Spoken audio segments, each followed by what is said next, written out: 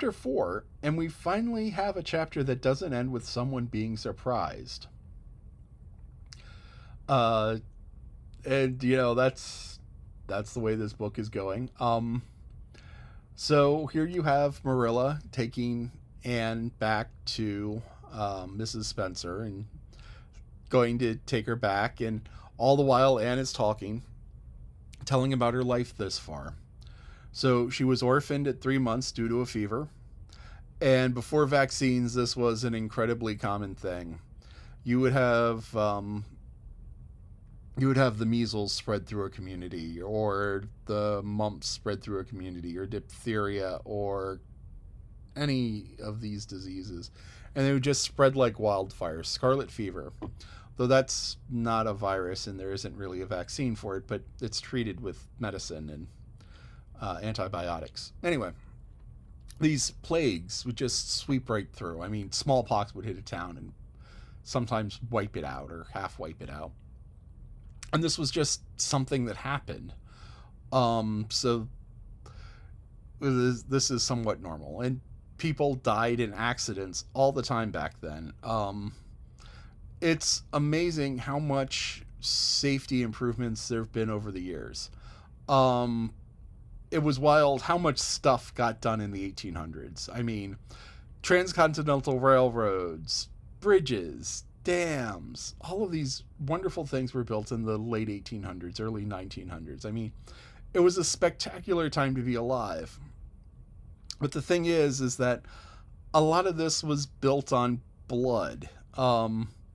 So, they go and they start building a bridge. Oh, somebody fell off the top of the bridge. Maybe we should put up safe. Nah, we don't need safety nets. Oh, look, the train derailed. Well, get the train back on the. Oh, 2 people died. 10 people died. Oh, somebody fell under the sawmill. Oh, this. And there was lots and lots of death, which is one of the reasons why they had these big families.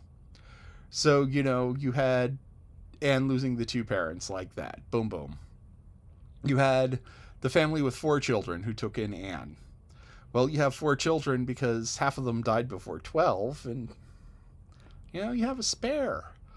Then you had the 8 children, which wasn't even unheard of. And I mean, there are families with 10, 15, 20 kids. Having twins helps that. And twins tend to run in families. So if Aunt Kitty, yes, Lolly said Aunt Kitty. Lolly, can you tell me about Aunt Kitty and twins? Aunt Kitty had 4 sets of twins. Aunt Kitty had 4 sets of twins. So, twins tend to run in families. There are a couple of different reasons behind this. There are some genetic differences that cause it. And there's a couple of different types of twins. You have fraternal twins, where they come from 2 different eggs, and so they can look nothing alike. And then there's identical twins, where it's 1 egg that splits, and you have 2 babies coming from 1 egg, and they are identical. Um, I know some identical twins. You can tell them apart. There's often one that's a little bit taller than the other.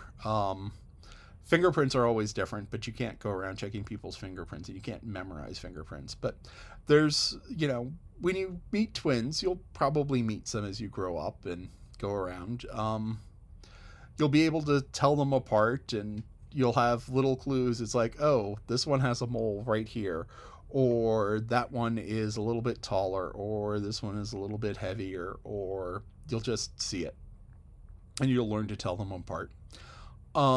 With babies, it's harder, and I've heard tales of parents getting the feet of the infants tattooed, so that it's like, okay, this is Anne, this is Benjamin, or Anne and Benjamin would be easy to tell apart. This is Anne, this is Bertha, this is Catherine, this is Denise, this is Edna, this is Francine, this is Georgia, this is Helena.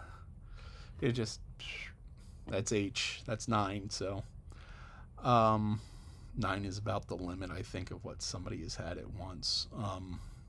It's very hard on a woman's body to have twins. Twins are often undersized because, you have one set of lungs that has to support two people, and then it has to support three people if there's twins. Now, admittedly, the babies are little, but still, that's a lot of breathing. That's a lot of air to move in and out. Um, yeah. So they mentioned the potato barn or the potato cellar. Prince Edward Island is famous for their potatoes. They have like this brand. This is Prince Edward Island potatoes. And they grow them there, and they grow a tremendous amount there.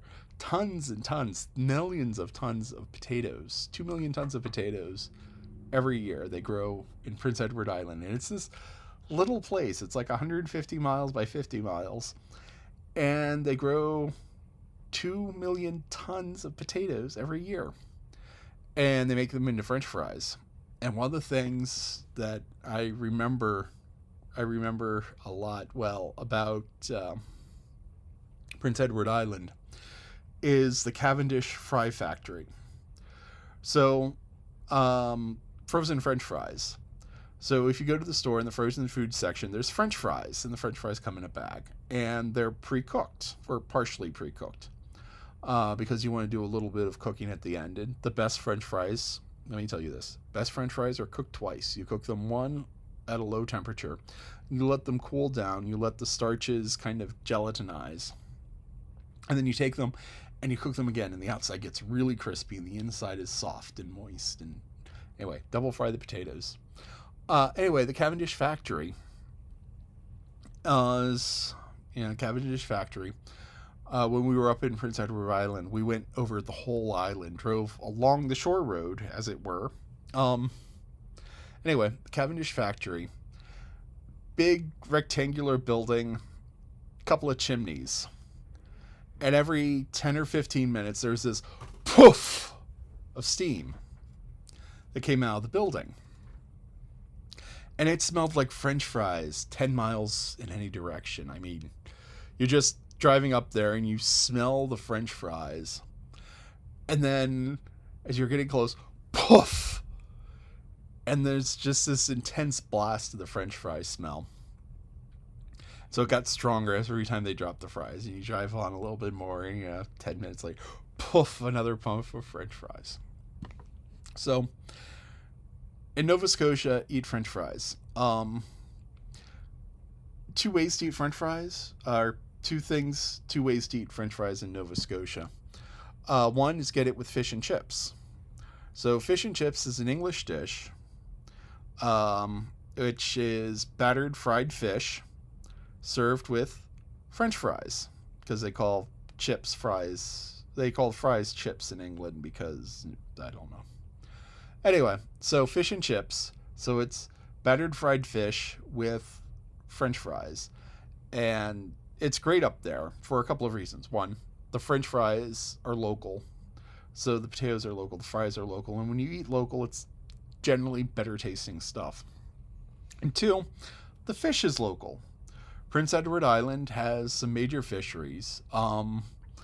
So there's a whole bunch of fish in the North Atlantic because what happens is there's an upwelling, and so you have this upwelling at the Arctic Ocean, and with this upwelling there's all sorts of nutrients, and the nutrients feed the algae, and the algae feed the krill, and the krill feed the fish, and the fish feed the fishermen. And so fish and chips, great thing to have up in Prince Edward Island, up in Nova Scotia. So up there, fish and chips. Another way to eat French fries, which is very Canadian. So the Canadians came up with this thing called poutine. Now, poutine is French fries and cheese and gravy. So it's like crumbled up cheese curds, and you put those on the hot French fries. So it kind of melts into the French fries. And then you pour this hot beef gravy on top. And so it has all of the salt and all of the umami and all of this great flavor and crunch of French fries. And sometimes they put peas in it, which I don't get. maybe trying to make you think it might actually be healthy by putting canned peas on top of French fries. I don't know.